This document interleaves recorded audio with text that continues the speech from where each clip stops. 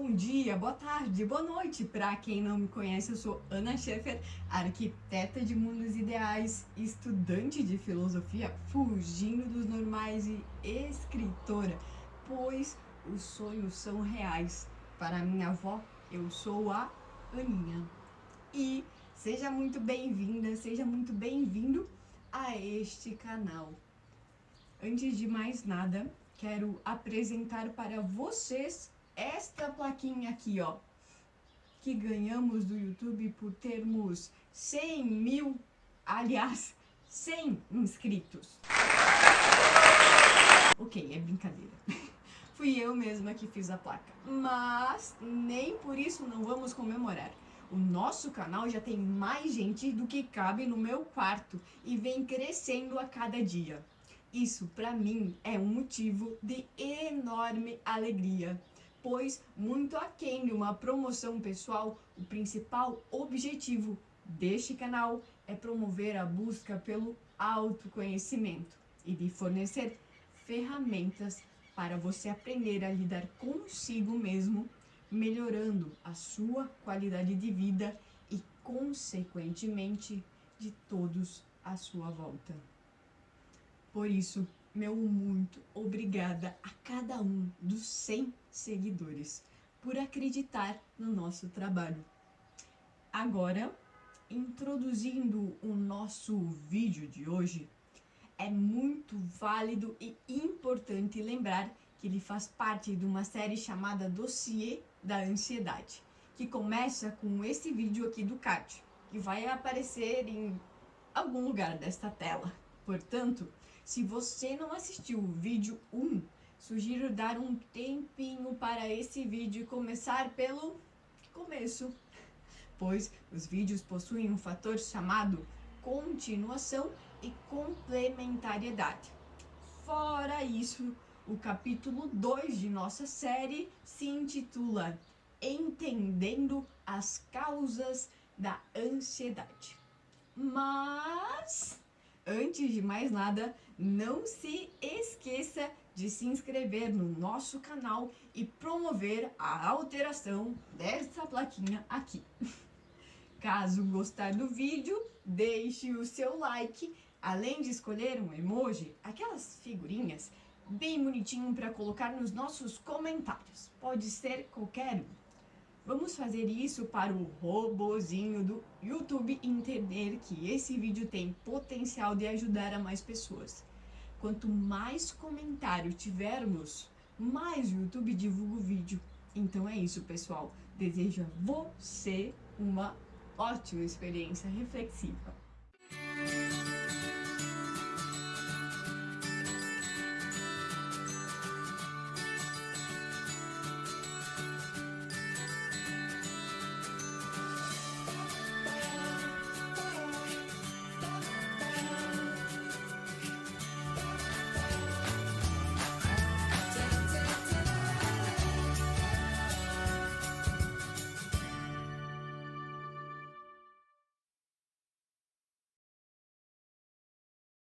Confesso que após escrever o primeiro capítulo da série Dossiê da Ansiedade, eu até entrei no Google quando ele apresenta a patologia como a primeira opção de busca para o termo ansiedade, ainda mais aqui no Brasil. Falando em Brasil, você sabia que possuímos a maior taxa de transtorno de ansiedade do mundo? Segundo a Organização Mundial da Saúde, a OMS, em 2019 éramos 18,6 milhões de pessoas sofrendo com ela. E eu ainda acredito que esse número é muito pior, em função dos casos não notificados. E em 2017 já havíamos recebido o título de o país mais ansioso do mundo. Cá entre nós, nada a se orgulhar, não é mesmo? Para você ter uma noção da gravidade do assunto, estima-se que 1 em cada 3 pessoas sofre ou vai sofrer de um quadro ansioso pelo menos uma vez na vida. Com base neste contexto, eu volto a me perguntar: quais seriam os fatores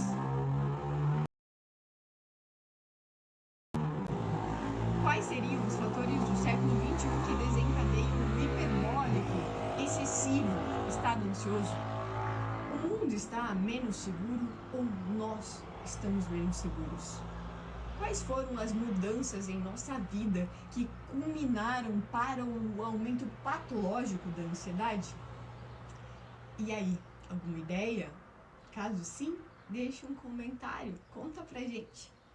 Mas, voltando ao nosso texto, ou à linha de raciocínio, segundo o Dr. Marco Antônio Abud, médico, psiquiatra pela USP e fundador do canal Saúde da Mente, existem 3 principais fatores que contribuem para o estado ansioso. Eu vou deixar o link do vídeo nas fontes, caso você desejar dar uma olhadinha e se aprofundar no assunto. Acredito que vale muito a pena. O primeiro deles, sem ordem de importância, trata-se dos fatores biológicos, ou seja, eles estão relacionados à nossa biologia e acaba abrangendo questões genéticas, anatômicas e evolutivas. Em outros termos, podemos dizer que os genes, as nossas pecinhas responsáveis por carregar a nossa ancestralidade, ou as nossas características hereditárias, possuem influência na probabilidade ou em uma maior facilidade de você desenvolver um quadro ansioso. Isso tudo tem uma justificativa evolutiva, como veremos com mais detalhes no vídeo seguinte. Aliado a eles, os genes, estão as questões estruturais, da morfologia, o formato e tamanho das partes que constituem o nosso cérebro. Apesar de a genética também ter uma influência nisso, não podemos esquecer que somos indivíduos únicos e que a nossa constituição é uma soma de nossos antepassados, pai, mãe, ambiente, ordem e uma pitadinha de caos. Vou deixar um tempinho aqui para você refletir a infinidade e a maravilha que é você. Mas, voltando à nossa linha de raciocínio, o formato e a estrutura do nosso cérebro podem possuir uma relação com o aumento do estado ansioso. À medida que compreendemos que tais questões estão diretamente ligadas ao modo como percebemos o mundo. Por exemplo, digamos que o seu cérebro é uma lâmpada de bulbo LED de 15 watts. Watts, que é potência que está relacionada ao consumo da lâmpada. E o cérebro do seu vizinho também. No entanto, o do vizinho ilumina 6.000 lumens. Lumens que se relacionam à capacidade de iluminação do ambiente. E o seu cérebro consegue iluminar apenas 4.500 lumens. Com isso, percebemos que, apesar de ambos possuírem peças que desempenham a mesma função, iluminar, e com o mesmo consumo, 15 watts, o material e o tamanho empregados na composição de cada lâmpada fazem com que uma difira da outra. Se o seu cérebro tiver uma capacidade de provocar mais luz ou ansiedade, isso se tornará um elemento facilitador na hora de uma crise. Em outras palavras, por exemplo, variações morfológicas no circuito da amígdala cerebral acabam fazendo com que você perceba ameaças com maior ou menor sensibilidade que o seu vizinho. Uma pausa para um comentário paralelo. Sim, a potência de uma lâmpada não quer dizer a eficiência dela. Na hora de comprar uma, olhe quantos lumens ela tem e compare com outras marcas para não levar um gato por lebre. Por fim, existem as questões que julgam serem as mais polêmicas, as questões químicas. E nesta subcategoria situamos os neurotransmissores. Para quem tem pouca familiaridade ao termo, digamos que eles são uma espécie de ponte, mensageiro químico, sendo criada entre um neurônio e outro. Essa região é caracterizada como lacunas minúsculas chamadas de sinapses, e elas possuem o objetivo de transmitir a informação. Alguns conteúdos dessas mensagens podem ser traduzidos como serotonina, dopamina e noradrenalina, por exemplo. Esses têm um papel importante na regulação do nosso humor e também em uma infinidade de coisas relacionadas aos nossos comportamentos. Com base nisso, vou utilizar um exemplo pertinente à serotonina, o mais famosinho deles, justamente por ter relação direta com a depressão e principalmente com a ansiedade. Se você já ouviu falar, deixa um comentário pra gente.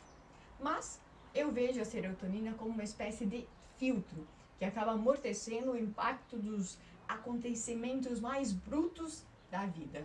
Se você tiver a graça de possuir neurônios com bons receptores de serotonina, possivelmente será uma pessoa mais relaxada e menos preocupada.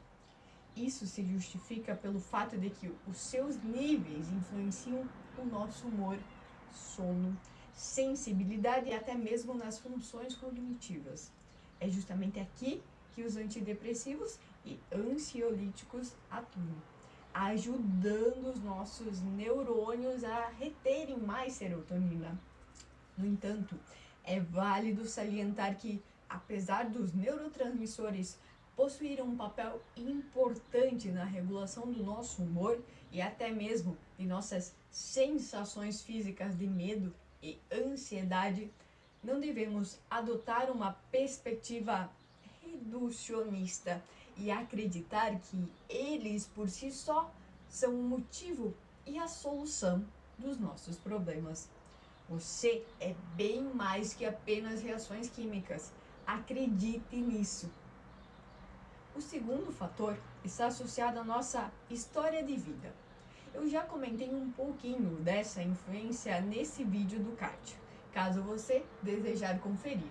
Mas, em resumo, ele se relaciona à nossa formação, ou seja, quais foram os nossos modelos na vida, principalmente na infância. E aqui eu abro espaço para um parágrafo investigativo. Você já percebeu por que sempre na infância? Bem, sempre não, né? Mas eu diria que na grande maioria das vezes isso tem uma explicação. O que acontece é que nesse período o nosso cérebro nos ajuda a reter informações com maior facilidade, de modo que utilizaremos elas para nos manter vivos quando não estivermos mais sob a proteção dos nossos pais. Nos casos de ameaças ou emoções fortes, essa facilidade de aprendizado acaba aumentando. E o que o nosso cérebro está fazendo é registrando cada detalhe para lhe fornecer informações que sirvam de alerta para os próximos casos semelhantes. Por mais que a intenção seja boa e justificável, e o nosso cérebro seja um querido, ele não sabe o problemão que ele estará nos causando futuramente, o que veremos mais adiante. Assim, nesse período, acabamos arquivando com maior facilidade e menor consciência, pois essa é uma etapa do desenvolvimento cerebral que amadurece bem mais tarde, os casos de agressão, punição, altas restrições e cobranças, até mesmo perda, abandono e maus tratos. Então, o quanto você sofreu com emoções fortes e o quanto obteve o suporte para lidar com elas possui influência direta nos mecanismos e padrões que você desenvolveu para aprender a se defender do mundo. Aliado a isso está a convivência com cuidadores ou pais ansiosos e instáveis. São modelos e comportamentos que acabamos absorvendo por meio dos nossos neurônios espelhos e acabamos refletindo sem mesmo nos dar conta disso. E por fim, os fatores relacionados ao nosso ambiente. principalmente nesta pandemia. Acredito que você sentiu a relevância desse último bem de perto, justamente quando nos posicionávamos em frente a uma televisão para ver as notícias e acompanhávamos excessivamente os meios de comunicação. Aos poucos, fomos percebendo que o excesso de informações sobre o corona mais prejudicava a nossa saúde que prevenia qualquer coisa, não é mesmo? Eis o poder do ambiente e tudo que está relacionado a ele em aumentar os nossos níveis de ansiedade.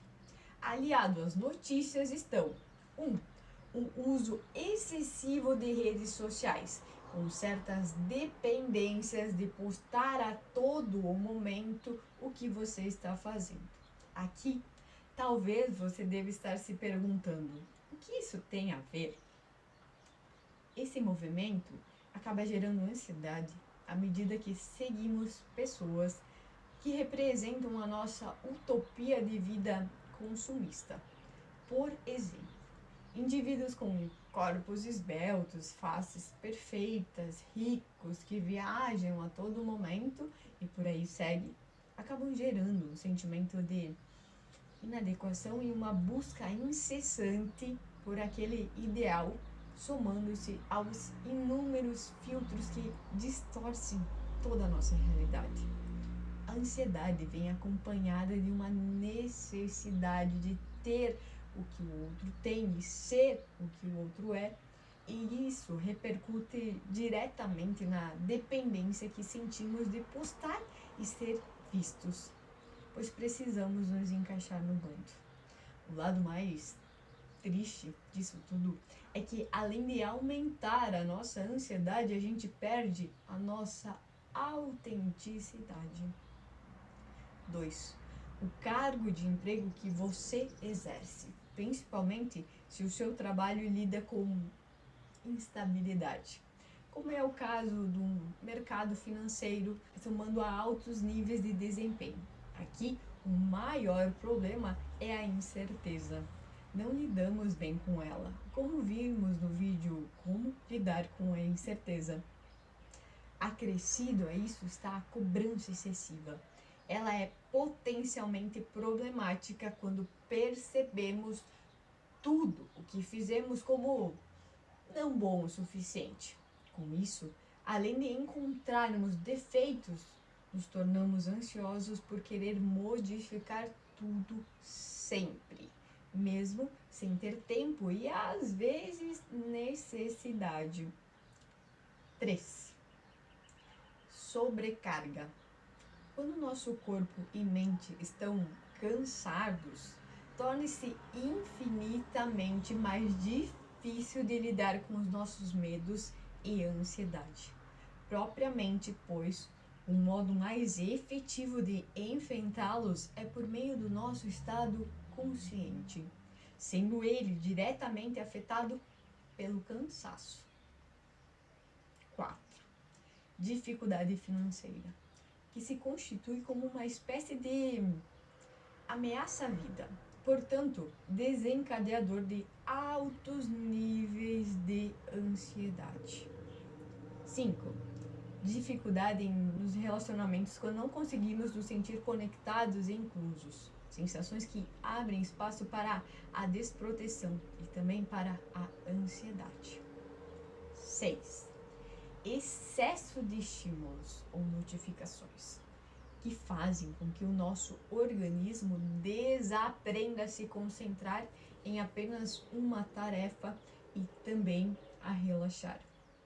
É muita coisa, não é mesmo? E como vimos, os casos de ansiedade estão aumentando. E a minha aposta para a explicação disso são os fatores ambientais, principalmente os que estão relacionados ao excesso de estímulos. No universo contemporâneo não há espaço para o silêncio ou a pausa, e tal hábito está interferindo significativamente na forma como percebemos e se relacionamos com o mundo. Suponho também não ser loucura considerar que tal forma de vida está alterando o nosso cérebro graças a um fator chamado de neuroplasticidade. Mudanças desfavoráveis que estamos sentindo na pele por meio das apresentações patológicas das nossas emoções. A constatação disso se fundamenta na neurociência. Toda vez que tentamos fazer mais de uma coisa ao mesmo tempo ou não conseguimos nos concentrar por muito tempo em uma tarefa sem ser interrompidos ou levados por algum tipo de estímulo, o que estamos fazendo é enfraquecer a musculatura de uma região responsável pelo nosso foco. Isso por si só já é um grande problema. No entanto, a questão acaba tomando proporções maiores quando compreendemos que o foco possui uma relação direta com a nossa capacidade de controlar as emoções. Segundo Daniel Goleman, um psicólogo e escritor, o que acontece é que o foco exige que abstraiamos as distrações emocionais. A nossa estrutura neural para a atenção seletiva inclui a inibição da emoção. Em outras palavras, isso significa dizer que quem tem melhor foco consegue lidar também melhor com as turbulências emocionais, tem mais capacidade de se manter calmo durante crises e de se manter no prumo apesar das agitações emocionais da vida. Citando ele diretamente, Goleman comenta que a incapacidade de abandonar um foco para tratar de outro pode deixar a mente perdida num ciclo de ansiedade crônica. Em casos clínicos extremos, isso pode significar ficar perdido no desamparo, na desesperança e na autopiedade de um quadro depressivo, ou no pânico e na ideação catastrófica de um transtorno de ansiedade, ou nas incontáveis repetições de pensamentos ou comportamentos ritualísticos. Tocar na porta 50 vezes antes de sair de casa. E um transtorno obsessivo compulsivo. A capacidade de tirar a nossa atenção de uma coisa e transferi-la para outra é essencial para o nosso bem-estar. Obviamente, como estamos vendo no decorrer do vídeo, existem outras questões envolvidas com o gerenciamento das emoções. No entanto, treinar a concentração é um ponto assertivo. A prova disso é a eficácia comprovada cientificamente da prática de atenção plena ou mindfulness. Sobre ela, faremos um vídeo especial. Aguarde, mas não ansioso. Visto tudo isso, começamos a perceber que a ansiedade não se cria sozinha e é recorrente de uma gama de fatores também cumulativos que aguardo atentamente para estourar. É como se fosse uma ponte que acabou de romper quando um caminhão passou. Podemos dizer que o caminhão é o gatilho, ou seja, um acontecimento intenso acompanhado de medo e incerteza. Apesar do pobre do gatilho sempre levar a culpa toda, não podemos esquecer dos fatores antecessores, os materiais utilizados na construção, a idade da ponte, a manutenção e etc. O conjunto disso cria uma patologia que precisamos estudar. E quanto mais identificarmos os fatores que culminam para o rompimento da ponte, mais informações teremos para construir outra, melhor e mais segura.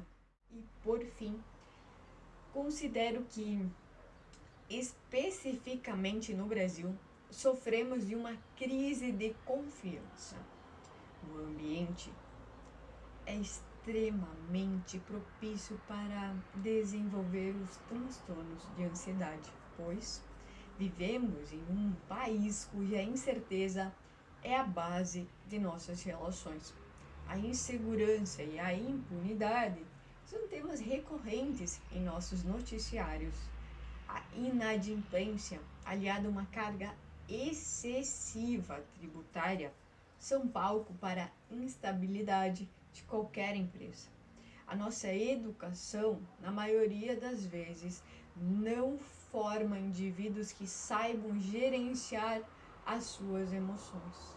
Se muito, formam indivíduos que aprendem a decorar o básico, mas não desenvolvem a capacidade de utilizar o conhecimento para a vida.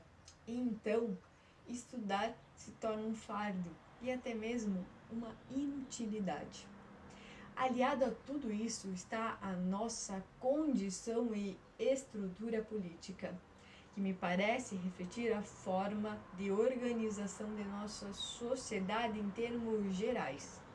Considero caótico e extremamente desgastante viver em um mundo cujo preconceito e a falta de pensamento crítico imperam. Qualquer posicionamento que saia do rebanho é mal visto e facilmente criticado. Estamos presos a maus hábitos e imersos neles a ponto de considerar errado ou ameaçador qualquer coisa que fuja do script, sem ao menos abrir espaço para a compreensão.